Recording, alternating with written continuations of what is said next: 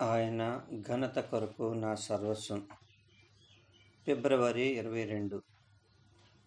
ఆధ్యాత్మిక విషయాల్లో లక్ష్య సాధన పట్ల పట్టుదల కలిగి ఉండడం. ఊరకుండుడి, నేనే దేవుడినని తెలుసుకొనుడి. కీర్తనలు 46:10. పట్టుదల కలిగి ఉండడం వేరు, సహనం వేరు.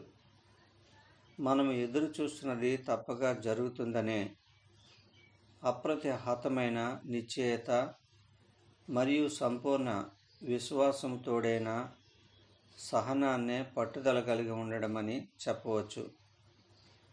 పట్టుదల కలిగి ఉండడం అంటే ఏదో ఒక విషయాన్ని పట్టుకుని వేలాడడం కాదు. ఇలా వేలాడడము మనలోని భయాన్ని, ఆందోళనను బహిర్గతం చేస్తుంది. పట్టుదల కలిగి ఉండడం మనలోని భక్తి, విశ్వాసాలకు ఒక ఉత్కృష్ట ప్రమాణము.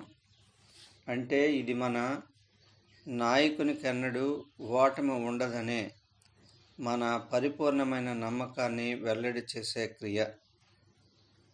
మన ప్రభువు ప్రేమ, న్యాయము, క్షమ, కనికరము మొదలైన వాటిలో చివరి వరకు పట్టుదల కలిగి ఉన్నట్టుగా మనుషులు చివరి వరకు పట్టుదల కలిగి ఉండరనే భయం, వీటిని సాధించడం అసాధ్యమనే భయం మనలో ఉంటాయి.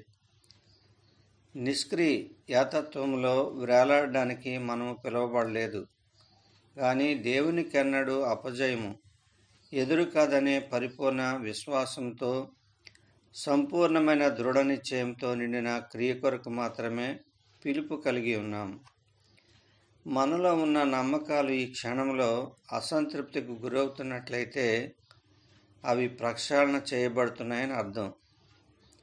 మన ప్రతి కోరిక లేదా ప్రతి కళ ఉన్నతమైనదైనట్లయితే, దేవ ప్రేరితమైనదైనట్లయితే అది తప్పగా నెరవేరుతుంది. అయితే మనము దేవుని కొరకు కనిపెట్టే సమయంలో కూడా ఒత్తిడికి లోనవుతుంటాం. వాస్తవానికి ఇదే ముఖ్యమైన ఒత్తిడి. నీవు నా ఓర్పు విషయమైన వాక్యమును గైకొంటే గనుక నేనును నిన్ను కాపాడెదను, ప్రకటన 3:10 అని చెప్పిన ప్రభువు తన వాగ్దానాన్ని తప్పక నెరవేరుస్తాడు. కాబట్టి ఆధ్యాత్మిక విషయాల్లో పట్టుదల వీడవద్దు.